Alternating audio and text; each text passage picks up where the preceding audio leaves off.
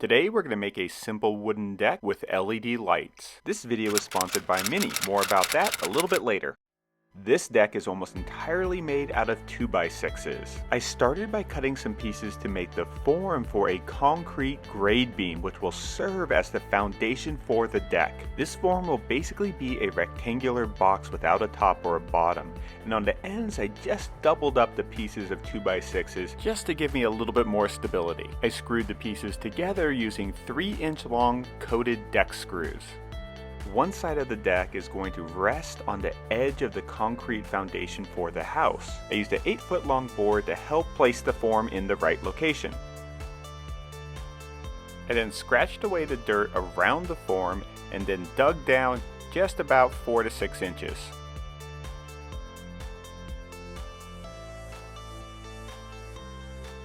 I want the top of the form to be the same height as the edge of the house's foundation. I pounded in steel stakes and used a 2x4 with a level to help set the form at the right height. Once it was properly located, I then drove screws through the holes in the stakes and into the 2x6s.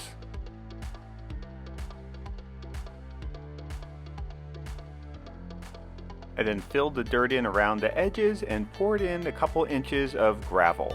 I used my angle grinder to cut 2 pieces of 1/2-inch rebar just about 6 inches shorter than the form itself.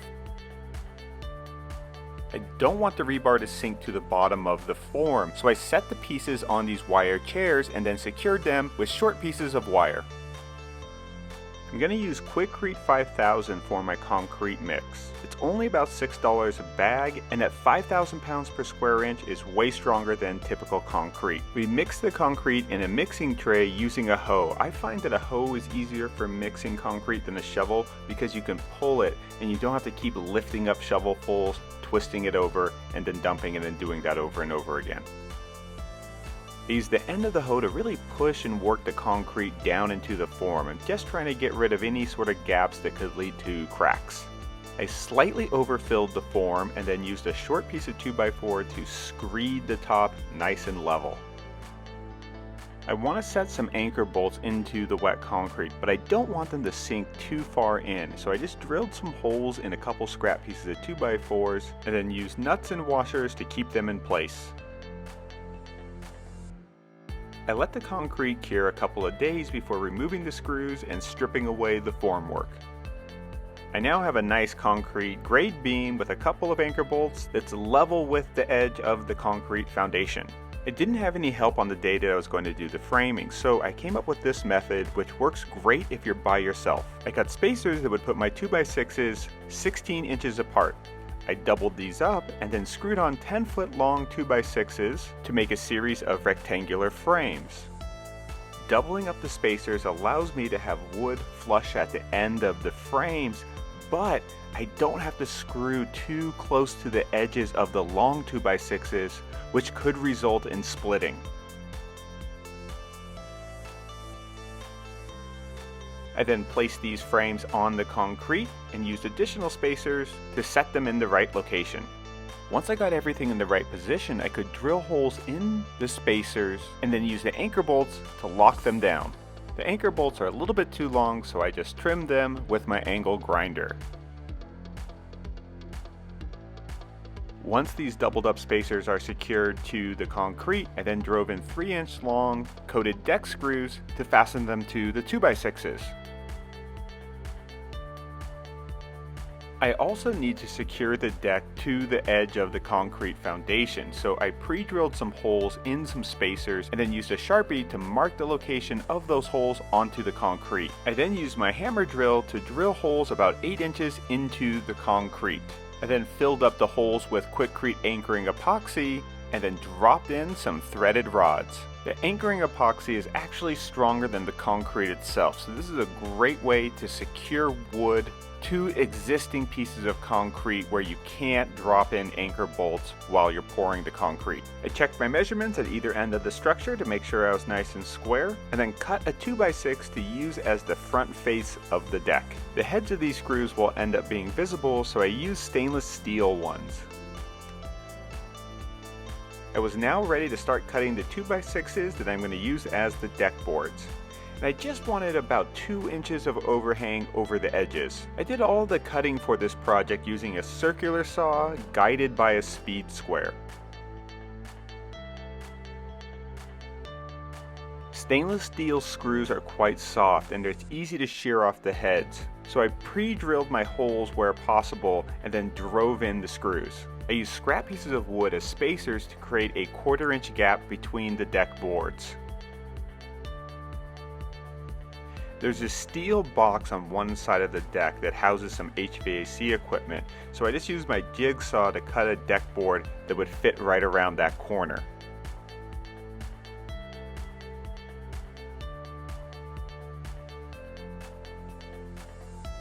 Once I got the first few feet of board secured, I was ready to start putting together the lighting system. This is a really cool, easy to use modern lighting system from a company called In-Lite. There's a control unit that just plugs right into an outdoor socket. From there I can just run this wire to the locations where I want to install a light.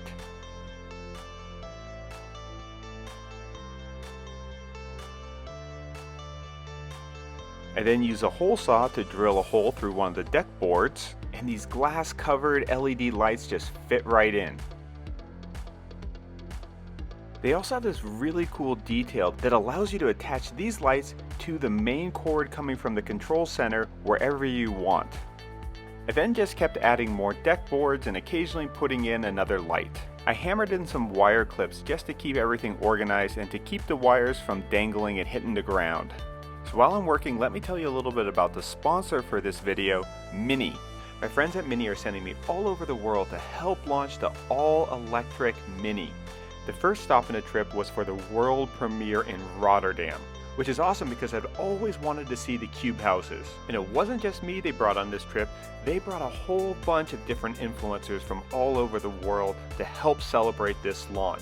We've all been posting about it already on Instagram, so be sure to check the hashtag #ChargedWithPassion. And this way you'll see the work of this incredibly talented and eclectic group of people, like Garar Olafsson, an incredible Icelandic photographer who's also a very skilled drone pilot, or like Finn and Jack Harries, twins that are doing filmmaking and architecture but both focused on sustainability and climate change. Or Alana, who's a fashion blogger but who focuses, much like Homemade Modern, on providing accessible design options. So check out the hashtag #ChargedWithPassion.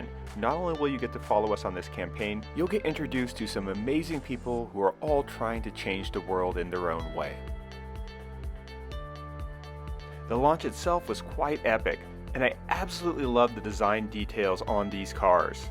And I don't just mean the way they look, they're actually building in some really cool technology. Obviously the all-electric nature is really great for the environment, but one of the really things that got me interested was the sharing technology that they're building into the cars. I really like that they're thinking about mobility at the scale of the city and envisioning a future where progressive technology can be shared by a community. The new Mini Electric is both a leap into the future of Mini and also into the future of electric mobility. As for the car itself, here are my initial thoughts. First and most importantly, it still looks like a classic Mini, but they created a distinct electrical sub-brand that is more than just adding a word to the traditional logo. They use some really cool asymmetrical design elements to offset the classic proportions to make this whole electric vehicle seem new and exciting and fresh. I often drove Minis when I was in Boston, and I always picked them from the Zipcar parking lots because they were the easiest cars to park. Seriously, they have such a great turning radius and are so much fun to drive. It's really nice to work with brands that really care about design, and it shows in everything that they do. One of my favorite details was these inflatable little breakout rooms that they set up at the event center. But this is just the beginning, so be sure to check the video in the description box below and follow me on Instagram for updates on where Mini is going to take me next. Alright, back to the build.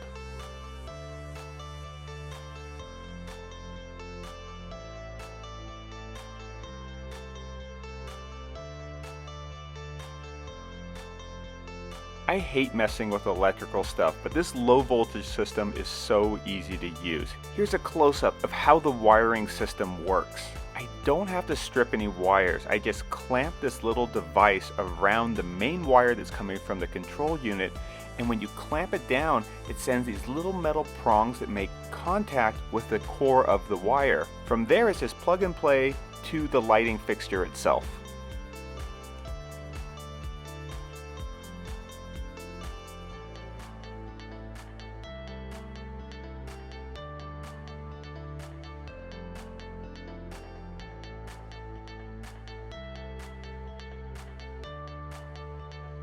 These deck boards had been sitting outside for a bit and were also a little scuffed up, so I just sanded the entire deck with 120 grit sanding pads. Now I left a little bit of extra play in the cores so that I could pry up the lights and then sand all the way around to the edges. The In-Lite system has different timers and settings, including one that'll turn on automatically when it gets dark and then to stay on for a few hours. Eventually we're going to add more concrete pavers around this cedar deck, but for now we just dumped out a bunch of 3/4 inch gray gravel. This looks nice and clean, and it just also helps keep the dust and weeds down. This was a really easy project, and I knocked the whole thing out in just about 8 to 10 hours. I also really like how subtle this In-Lite system is. The lights are just enough so that you can see the edge of the deck and won't step off accidentally, but not so bright that they'll interfere with stargazing. Check out some of our other deck and outdoor furniture videos, and don't forget to subscribe to this channel if you haven't already. Thanks. Bye.